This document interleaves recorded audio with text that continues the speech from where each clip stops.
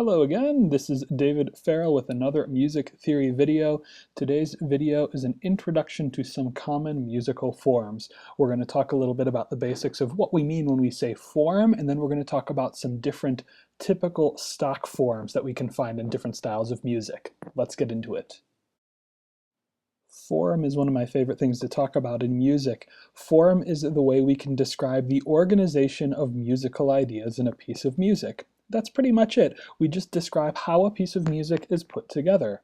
Formal analysis typically separates music into different sections based on the musical qualities of those sections. And so it's a way of sort of figuring out what parts of a piece of music relate to what other parts and how those relationships exist.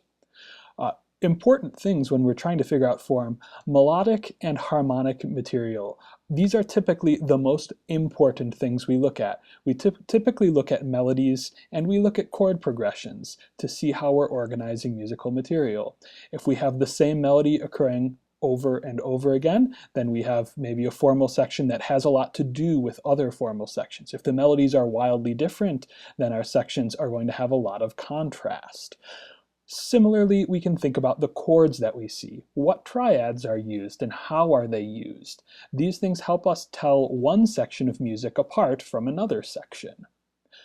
Other elements are going to be important as well. Even though melody and harmony are the focus of our talk, things like the lyrics that a singer might sing, the instruments that we use, the rhythms focused on, or any other element you can imagine may also be important in a particular piece of music. The language of form typically uses letters to describe these formal sections. For example, I might describe a piece of music as having an A, B, A, C, A form. And what that means is that there's a section, the first section of the piece, that has a particular maybe melody and chord progression that defines it. And that section is followed by a contrasting section. I use the letter B to represent a different section of music. It may have its own different melody and its own harmonic material. In ABA, we would return to our initial section after the B section. Then we might find a C section, something different from both of those, before going back to that first section again. This is how we're going to be using letters to describe large sections and chunks of music, and I'll be using this language throughout the video. Finally, it's important to note that many pieces of music have unique forms, that their form defines them and it belongs to them alone. But today we're going to be looking at some common templates that are seen over and over again, because even though some pieces are very unique, a lot of pieces rely on the same structure, and we find those structures repeated in many pieces of music. So it's good to understand what some of those common structures are so that we can recognize them when we hear music. Today we're going to be looking at 4 common forms, just 4. There are many, many more that are out there, but we're going to be looking at 4 simple ones: variations, verse-chorus, 32-bar song, and 12-bar blues. Each of these has its own unique approach to organizing musical ideas, and we'll talk about them each in detail. We'll start our talk today with variations form. Variations is a common form in Western classical music. You'll find sets of variations inside of symphonies, inside of string quartets, and in lots of other common practice music. Variations features a continuous repetition of a single section of music. This is not a form in which we find lots of contrasting different ideas. Instead, we focus on one section and we repeat it over and over and over again. And this might sound boring, so each time that section comes back, each time we start it off, again, something is changed slightly. Now, we're not going to change so much so that it feels like a new section. We still want it to sound like the original idea, but enough to maintain interest, enough so that it sounds like a fresh take on the same idea. What can we change? Well, we can change lots of things. We might subtly alter the melody. We might change the rhythm a little bit. We might move from a simple meter, say, to a compound meter. We might change some of the chords. Perhaps we'll change from a minor key to a major key, or back again, or some combination of these elements. If we're describing a variations form, we would describe it as continuously repeating an A section. And I use these little prime markers to denote the repetition of a section with some slight changes. And so we would have an A followed by an A prime, a slight change on the A, followed by an A double prime, which has a different change on our original A idea, followed by an A triple prime, which has another variation on our idea. You get the idea. We don't go away from our original motive, but every time we come back to it, we present it in a slightly different form. There exist many, many, many different kinds of variations, and they're always fun to listen to see how inventive somebody can be, a musician can be, in giving us different takes on the same idea. In the notes below this video, I've provided a link to a set of variations. I encourage you to listen to that set and see what you hear each time the idea comes back. How does it change? What sorts of things are the same and what sorts of things are different? Once you've listened through that, we'll go on and talk about a different way to arrange our ideas. Variations, of course, is just one way to organize our musical ideas. Verse-chorus form is the next way we're going to be talking about. Verse-chorus is a common template for many popular songs, both new popular songs and old and very, very old songs. Verse-chorus is different from variation form. Verse-chorus has two different sections that are repeated throughout the song in alternation. We have an A section, and then we have a B section, and we go back and forth between the A and the B section. This is different from variations, which sticks to one primary musical idea. The two sections in verse-chorus form typically have some noticeable musical differences. They typically sound a bit different.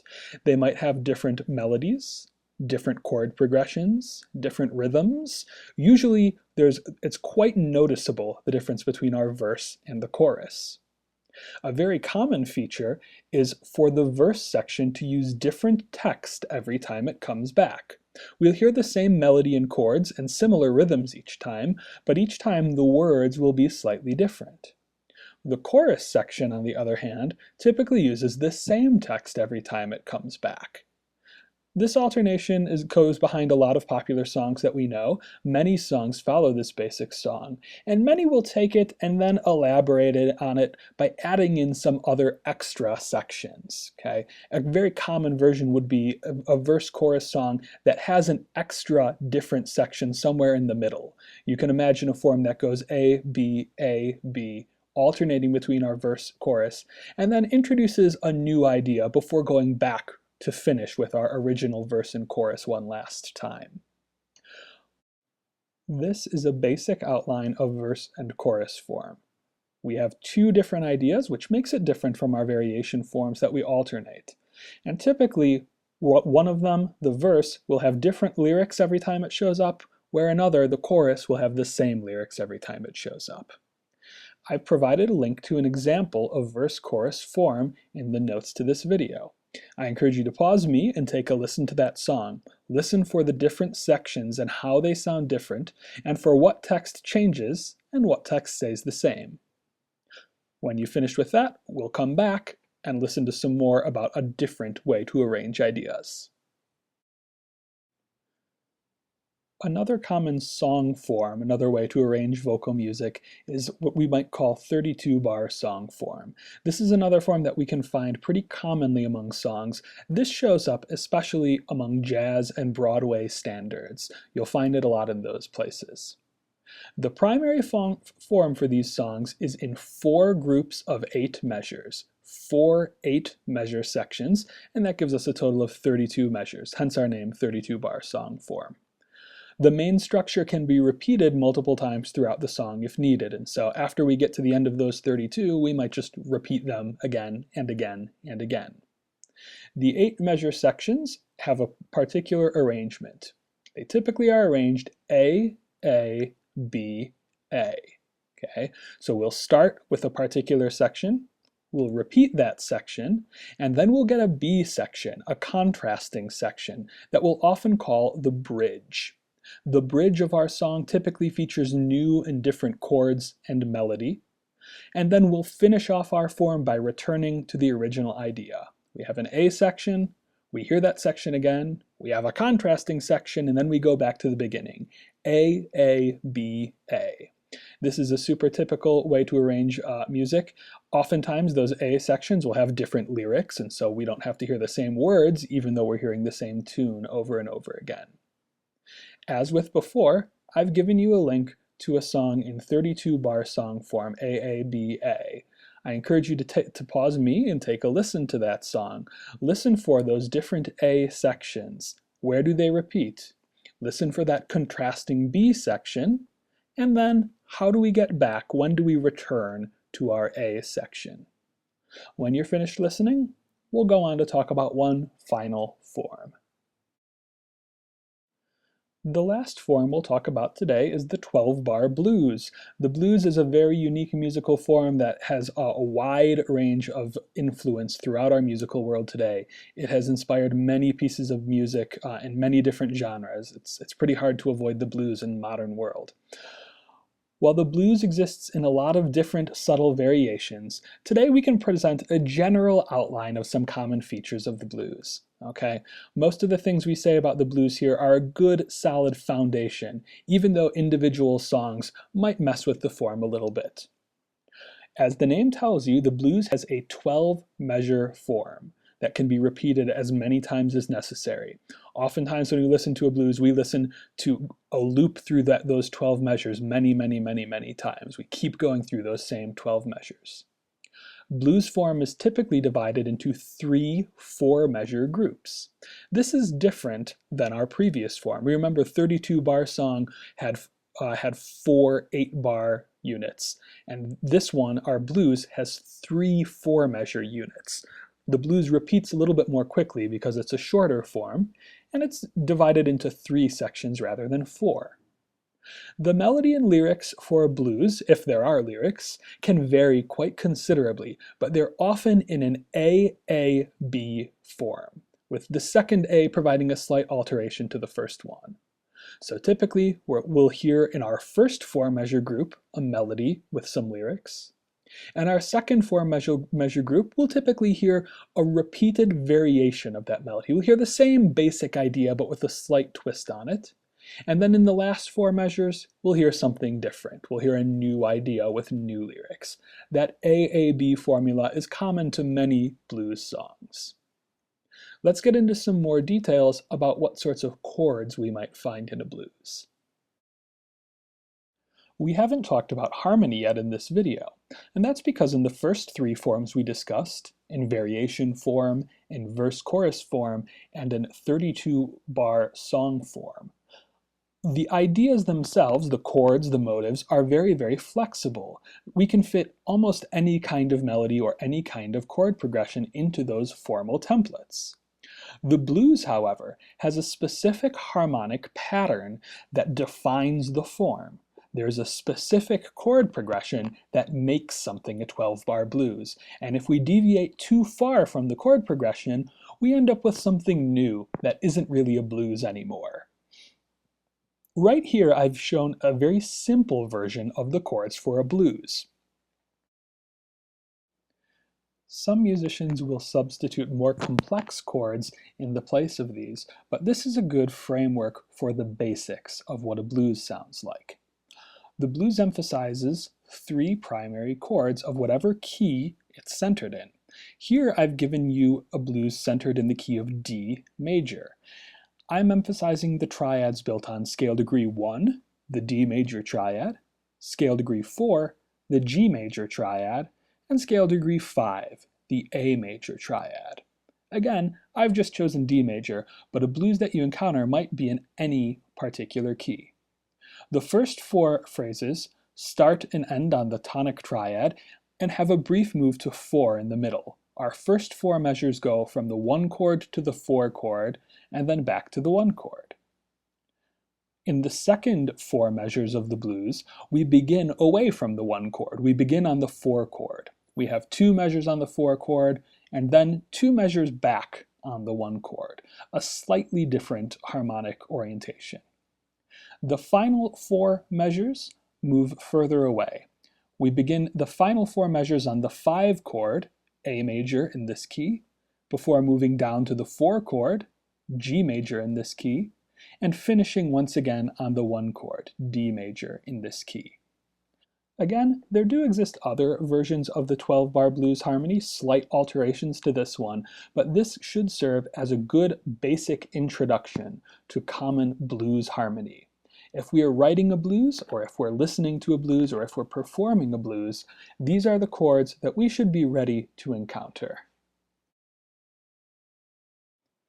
Again, because the blues has some more specific connotations than the other forms we've talked about, we'll finish with another pitch element that is unique to the blues. The blues often uses some particular chromatic pitches, that is, pitches outside of the major scale, that we call blue notes. Blue notes are chromatic notes they're notes that are outside of the major scale of the song, and the most typical blue notes we find in the blues are the lowered scale degrees 3 and 7 and the raised scale degree 4. Each of these notes gives the blues its particularly unique sound, along with the chord progression we looked at before. If we were looking at a blues in the key of D major, we would expect to see a bunch of the notes from the D major scale, and here it is written with F sharp and C sharp. But we might also expect to encounter some altered pitches. The lowered third scale degree. Well, the third note of the D major scale is F sharp, but if we lowered it, it would become F natural. This is a note that is pretty commonly found in the blues. The raised fourth scale degree. Well, in D major, scale degree 4 is G. The raised 4 would be G sharp. And finally, the lowered 7th scale degree. C sharp is the diatonic 7th degree, but if we lowered it, it would become C natural. If we emphasize these pitches more frequently than we would in a typical piece in D major, we'll really start to get some of that blues sound in our music. And so these are some of the tones we might think about if we're writing in blues forms, or if we're studying music that's in blues forms. As we can see, the blues has a lot going on, but it's such a common form, I think it's good for us to get a basic understanding. It has a 12-measure harmonic progression that is characteristic to it, and it has some particular chromatic pitches that also help it have a particular unique characteristic sound. As with our other forms, in the notes to this video, I've linked to a recording of a song that uses blues form. See if you can't count out the 12-measure chord progression and pattern in that music. And if you've got good ears, see if you can't hear some of those different chords too, the 1 chord, the 4 chord, and the 5 chord. At the same time, listen for that A-A-B melodic and lyrical construction in the song. We've made it to the end of another video. In this video, we talked about the basics of a couple common musical forms. We talked about variation form, about verse-chorus form, about 32-bar song form, AABA, and finally we finished with a nice discussion of the blues, a much more specific form than the previous ones, and some of the elements that make the blues what it is. These are some common templates, and when we listen to music, we want to listen for how the ideas are organized. But we can always remember that a lot of songs are going to have their own unique approach too. Maybe they'll be similar to one of these, but they often might insert a new section or a different section or do their own twist on a piece of music. This is why form is so interesting. Every piece of music is unique. I hope you enjoyed the video. Please let me know if you have any other questions. Otherwise, I'll see you next time.